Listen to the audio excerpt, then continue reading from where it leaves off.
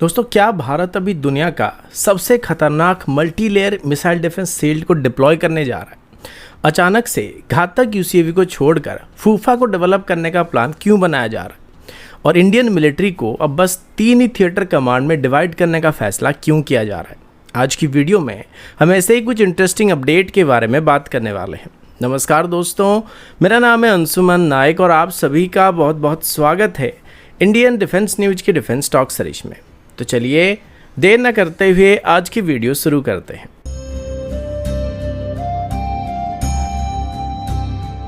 आज की पहली अपडेट सुदर्शन चक्र मिसाइल शील्ड की तरफ से है, जो कि भारत का primary air defence system grid होने वाला है।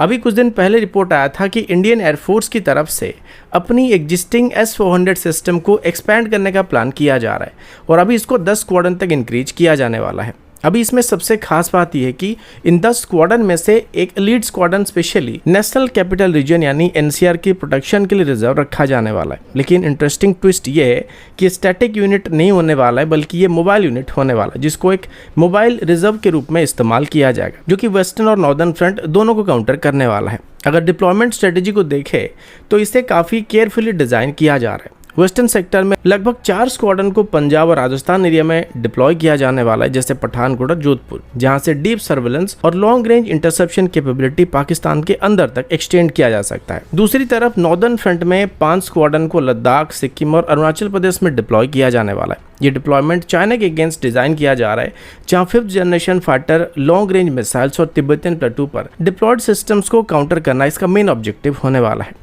दोस्तों, अभी भारत अपने इनिशियल S-400 स्क्वाड्रन की डिलीवरी भी कंप्लीट करने के काफ़ी करीब पहुंच चुका है। 4th स्क्वाड्रन 2026 के मिड तक और 5th स्क्वाड्रन ईयर के एंड तक हमारे सर्विस में शामिल होने वाला है। लेकिन यहाँ पर एक और बड़ा गेम चेंजर है प्रोजेक्ट कुसा। ये एक indigenous long range surface to air missile system होने वाला है, जो कि S-400 सिस्टम के इक्विवेलेंट कैपेबिलिटी प्रोवाइड कर सकता है। इसका मेन एम है फॉरेन डिपेंडेंसी को रिड्यूस करना और एक स्केलेबल कॉस्ट इफेक्टिव सोल्यूशन को प्रोवाइड करना।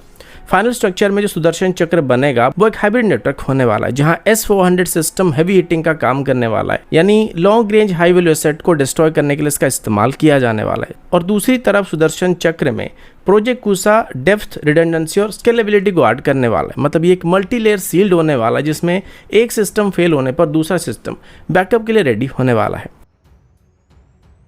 अगला update futuristic unmanned fighter aircraft यानी फूफा प्रोग्राम की तरफ से है। दोस्तों, अभी भारत के अनमेन्ड कॉम्बैट एविएशन सेक्टर में एक बहुत ही बड़ा स्ट्रेटेजिक शिप देखने को मिल रहा है, जहां रिमोटली पायलटेड स्ट्राइक एयरक्राफ्ट यानी RSP, जिसको हम घातक के नाम से जानते हैं, उसके ऊपर फूफा प्रोग्राम को प्रायोरिटी देने की बात सामने आई है। वैसे भी जो फूफा लोग होते हैं वो हर जगह में आगे घुसने की कोशिश करते हैं, यहाँ पर ही वैसा ही कुछ हो रहा है।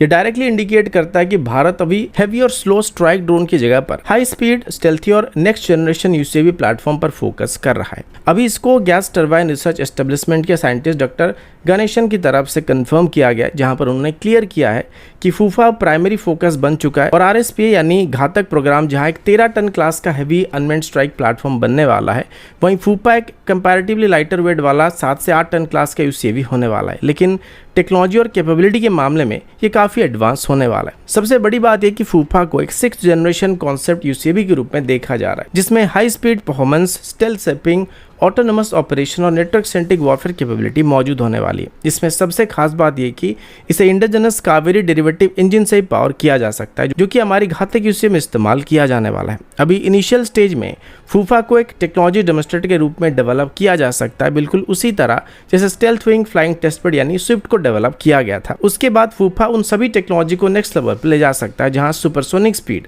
और एडवांस स्टेल्थ इंटीग्रेशन पॉसिबल होने वाला है। सबसे इंटरेस्टिंग कॉन्सेप्ट यहाँ पर लॉयल विंगमैन होने वाला है। फ्यूचर में फूफा को एडवांस मीडियम कॉम्बैट एयरक्राफ्ट यानी एमका के साथ इंटीग्रेट किया जाने वाला है। मतलब एक एमका का जो पायलट रहेगा वो सेफ डिस्टेंस पर रहकर ही मल्टीपल फूफा ड्रोन्स को कंट्रोल करने वाला है। और ये इतिहास में पहली बार होने वाला है जहां पर फूफा को कोई कंट्रोल करने वाला है, वरना ये सभी को कंट्रोल करने की कोशिश करते हैं और ये ड्रोन्स एनिमी टारगेट को बाद में अटैक करने का काम करने वाले हैं।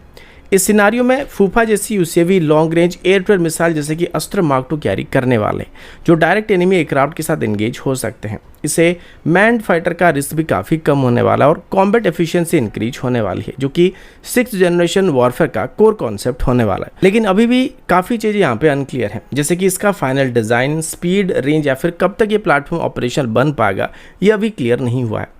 डीआरडीओ की तरफ से अभी ऑफिशियली बात कंफर्म नहीं किया गया कि फूफा सिर्फ डेमोन्स्ट्रेटर रहेगा या फिर फुल स्केल इंडक्शन तक आगे बढ़ पाएगा, लेकिन कुल मिलाकर एक बात क्लियर है कि भारत अभी अनमैन्ड वॉरफेयर में क्वांटिटी से ज़्यादा क्वालिटी पर फोकस कर रहा है, जहां फास्ट, स्टेल्थी और AI enable platform future air combat का मेन पिलर बनने वाले हैं।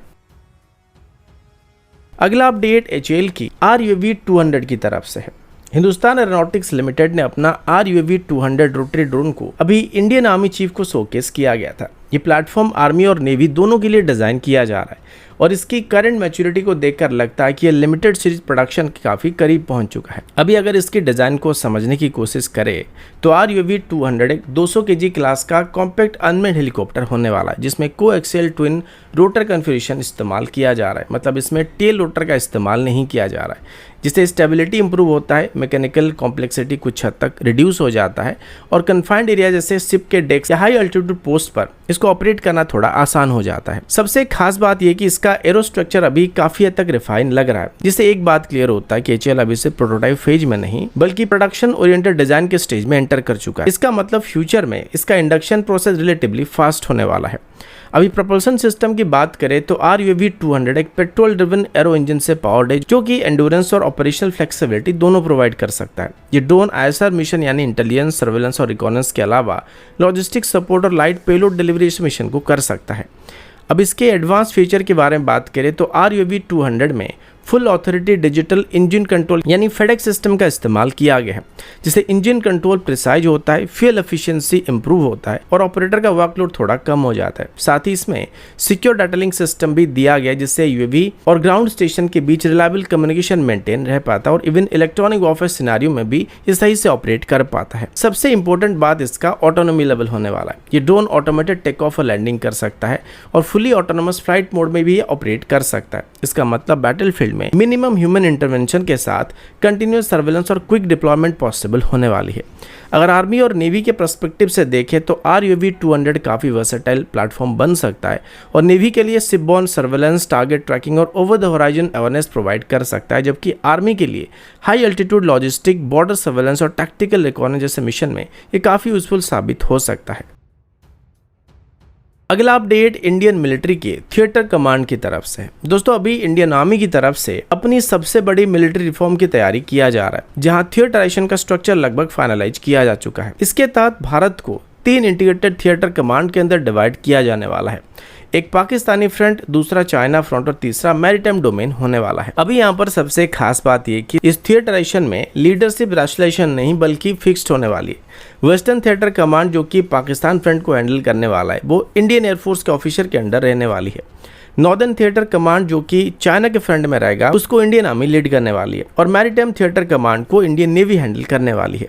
इसका सीधा लॉजिक ये कि हर डोमेन में जो सर्विस सबसे ताकतवर है उसको लीडरशिप दिया जाएगा। पाकिस्तानी फ्रंट में एयर पावर डोमेन ज़्यादा इंपॉर्टेंस है, जिस वजह से इसको एयरफोर्स को दिया जा रहा है, जबकि चाइना के फ्रंट पर हाई अल्टीट्यूड वॉरफेयर और लैंड वॉरफेयर ज़्यादा क्रिटिकल होता है। इसी वजह से इसको आर्मी हैंडल करने वाली है। दोस्तों अभी इस मॉडल को इम्प्लीमेंट करने से पहले मल्टीपल टेबल टॉप एक्सरसाइज भी किया जा रहा है, जहां डिफरेंट वॉर सिनेरियो को सिमुलेट करके कमांड इंटीग्रेशन और डिसीजन मेकिंग को यहाँ पे टेस्ट किया जा रहा है और ये इंश्योर किया जा रहा है कि रियल कॉन्फ्लिक्ट में इन तीनों थिएटर कमांड के बीच कोऑर्डिनेशन को मेंटेन करने में कितना आसानी हो रहा है, फिर क्या इशू सामने आ रहे हैं। जियोग्राफिकली देखा जाए तो जयपुर वेस्टर्न थिएटर कमांड का हेडक्वार्टर होने वाला है और लखनऊ नॉर्दर्न थिएटर कमांड का सेंटर होने वाला है और यहाँ से आर्मी और एयरफोर्स सेट को इंटीग्रेट किया जाने वाला है। लेकिन सबसे बड़ा चैलेंज अभी एयर पावर को लेकर है।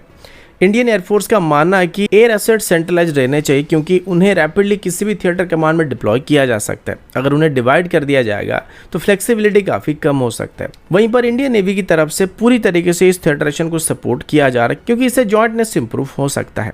इसके साथ ही अभी एक और नया पोस्ट भी क्रिएट किया जा रहा है, जो कि vice chief of defence staff होने वाला है, जो कि ऑपरेशन और कोऑर्डिनेशन को हैंडल करने वाले हैं, जबकि हमारे चीफ ऑफ डिफेंस स्टाफ आगे चल के हायर डिफेंस प्लानिंग के ऊपर फोकस करने वाले हैं। कुल मिलाकर दोस्तों ये रिफॉर्म्स भारत के मिलिट्री स्ट्रक्चर को कम्प्लीटली ट्रांसफॉर्म कर सकता है और मल्टी फ्रंट वॉर रेडीनेस को काफ़ी हद तक इंप्रूव करने की उम्मीद किया जा रहा है। तो दोस्तों अभी के लिए इतना ही, मिलता हूँ आपसे अगले वीडियो में, तब तक के लिए जय हिंद, वंदे मातरम।